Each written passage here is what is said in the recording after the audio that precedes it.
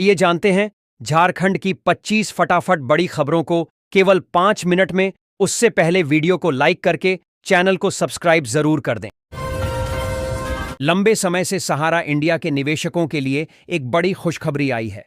जो लोग पिछले 10 वर्षों से अपने निवेशित पैसे की वापसी का इंतजार कर रहे थे, उन्हें स्वतंत्रता दिवस 2025 के मौके पर सरकार की ओर से 5 लाख रुपए तक का रिफंड सीधे उनके बैंक खाते में मिलने शुरू हो गया है। भारत में पेट्रोल, डीजल और रसोई गैस की कीमतें आम नागरिकों के जीवन पर सीधा असर डालती हैं। ईंधन की बढ़ती कीमतें न केवल परिवहन को महंगा बनाती हैं, बल्कि खाद्य पदार्थों और अन्य रोजमर्रा की चीजों की कीमत भी बढ़ा देती है।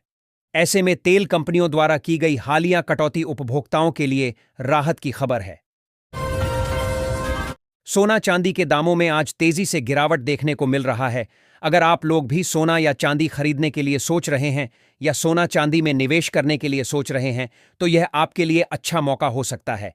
आइए जानते हैं सभी प्रमुख शहरों के आज क्या रेट है।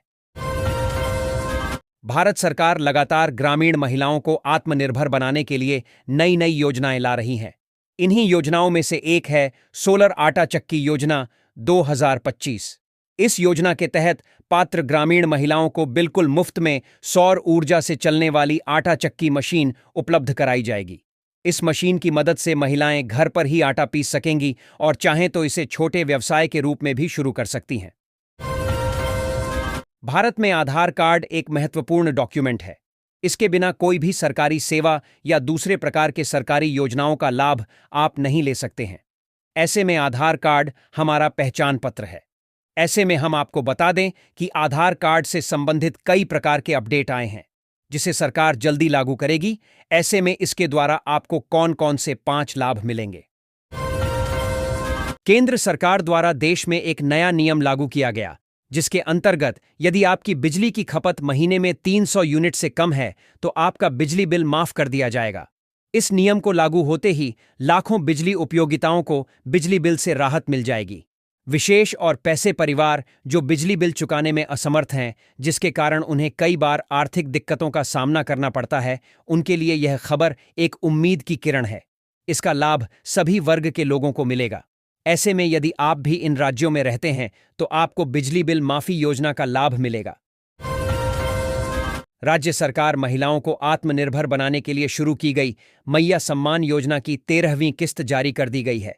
इस योजना के तहत पात्र महिलाओं जिनका उम्र 18 से 50 वर्ष के बीच है, वैसे सभी महिलाओं को हर महीने 2500 रुपये की आर्थिक सहायता मिल रही है।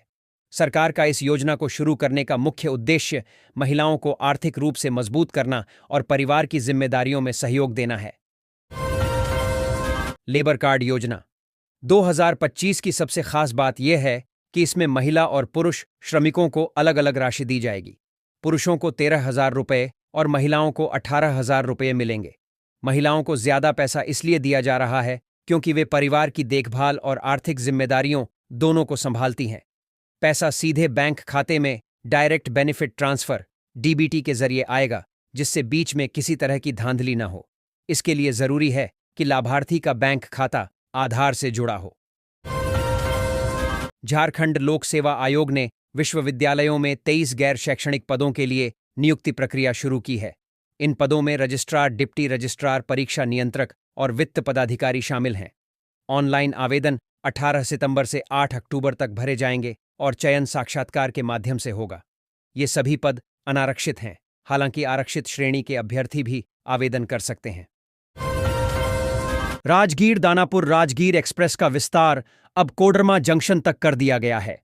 इस नई सुविधा की शुरुआत शुक्रवार को कोडरमा जंक्शन पर सहायक वाणिज्य प्रबंधक सुनील कुमार, पूर्व मध्य रेलवे हाजीपुर सदस्य रामरतन महर्षि, स्टेशन प्रबंधक विकास कुमार, संतोष कुमार, चंद्रशेखर जोशी, चंद्रभूषण साव सहित अन्य गणमान्य लोगों ने हरी झंडी दिखाकर की। धनबाद जिले के उपायुक्त आदित्य रंजन के नाम से किसी अज्ञात ठग ने फर्जी फेसबुक अकाउंट बना लिया। उपायुक्त की प्रोफाइल फोटो और नाम का दुरुपयोग कर यह ठग लोगों को फ्रेंड रिक्वेस्ट भेज रहा है और फेसबुक मैसेंजर पर संदेश कर रहा है। प्रशासन ने इसे गंभीर मानते हुए आम लोगों से सतर्क रहने की अपील की है। टाटा स्टील यूआईएसएल के प्रबंध निदेशक ऋतुराज सिन्हा ने कहा कि नागरिकों के सहयोग से जमशेदपुर इंदौर को पीछे छोड़ स्वच्छता में नंबर 1 बन सकता है। शहर में गीला सूखा कचरा पृथक्करण एक बड़ी चुनौती है। उन्होंने वर्ष 2026 तक हर घर को नल से पानी देने की योजना बताई। जमशेदपुर में नए फ्लाईओवर की योजना खटाई में पड़ गया है। सरकार ने प्रस्ताव को खारिज कर दिया है। कोल्हान विश्वविद्यालय की एकेडमिक काउंसिल की बैठक में शैक्षणिक सत्र को नियमित करने और पीएचडी प्रवेश पर महत्वपूर्ण निर्णय लिए गए।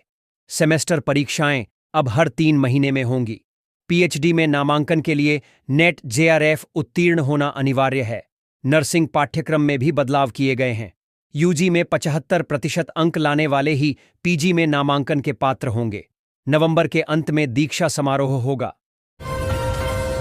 झारखंड में जमशेदपुर के एनआईटी कॉलेज से पढ़ाई कर निकले स्टूडेंट आज पूरी दुनिया में अपना डंका बजा रहे हैं। ऐसे ही एनआईटी से पढ़े कुलमान घिसिंग का नाम इन दिनों सुर्खियों में है। वह नेपाल में पीएम बनने की होड़ में शामिल हुए हैं। आइए उनके बारे में जानते हैं। वैसे तो देश भर में गीला और सूखा कचरा फेंकने के लिए अलग अलग डस्टबिन बनाए गए हैं, लेकिन रांची नगर निगम एरिया में लोग गीला सूखा कचरा एक साथ फेंकते हैं। अब ऐसे लोगों पर नगर निगम तगड़ा जुर्माना लगाएगा। रांची सहित झारखंड में मानसून एक्टिव, मूसलाधार बारिश से सड़कों पर पानी, 3 से 4 मौतें, ढालभूमगढ़ में 58.4 मिलीमीटर वर्षा। मौसम विभाग ने 15 सितंबर तक येलो अलर्ट जारी किया है। जमशेदपुर के एसएसपी पीयूष पांडेय ने गुरुवार को एक साथ 22 थानेदारों और पुलिस अधिकारियों का तबादला कर दिया। बिष्टुपुर थाना प्रभारी उमेश कुमार ठाकुर को मुसाबनी का सर्किल इंस्पेक्टर बनाया गया है। आइए जानते हैं पूरा मामला। झारखंड बिहार के कई युवा पेशेवरों ने राजनीतिक दलों को 2000 करोड़ रुपए का चंदा देकर टैक्स चोरी की है। इसका खुलासा झारखंड आयकर ने किया है। बिहार में एसआईआर विवादों के बाद अब झारखंड में भी एसआईआर की शुरुआत होने वाली है। इसके लिए चुनाव आयोग ने तैयारियां लगभग पूरी कर ली हैं। झारखंड ऊर्जा विभाग के खातों से 100 करोड़ से अधिक की फर्जी निकासी में शामिल आरोपी लोकेश्वर साह की प्रोसीड ऑफ क्राइम से अर्जित 5 एकड़ जमीन झारखंड पुलिस जब्त करेगी। ये जमीन लोकेश्वर ने झारखंड के स्वास्थ्य मंत्री इरफान अंसारी और उनके पिता पूर्व सांसद फुकरान अंसारी को कोर्ट से बड़ी राहत मिली है। दुमका की एक अदालत ने किराएदार से मकान खाली कराने से संबंधित 10 साल पुराने मामले में दोनों को बरी। झारखंड पुलिस ने राज्य में लंबित पड़े हजारों पुलिस केसों के जल्द निपटारे के लिए एक बड़ा कदम उठाया है। अब उन पुलिस अधिकारियों की पहचान की जा रही है जिनकी लापरवाही से केस पेंडिंग पड़े हैं। झारखंड में पेसा कानून को लागू करने को लेकर सियासी घमासान जारी है। दरअसल झारखंड हाई कोर्ट ने पेसा कानून लागू न होने पर नाराजगी जताते हुए राज्य में बालूघाट समेत सभी लघु खनिजों की नीलामी पर रोक लगा दी है। क्या है पूरा मामला? किन राज्यों में लागू है पेसा कानून? महिलाओं की आर्थिक स्थिति को मजबूत बनाने और उन्हें आत्मनिर्भर बनाने के लिए सरकार कई योजनाएं चला रही है।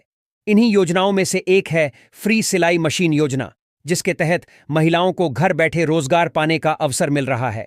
इस योजना का उद्देश्य उन महिलाओं को सशक्त बनाना है जो आर्थिक रूप से कमजोर हैं और घर पर रहकर अपनी आजीविका चलाना चाहती हैं।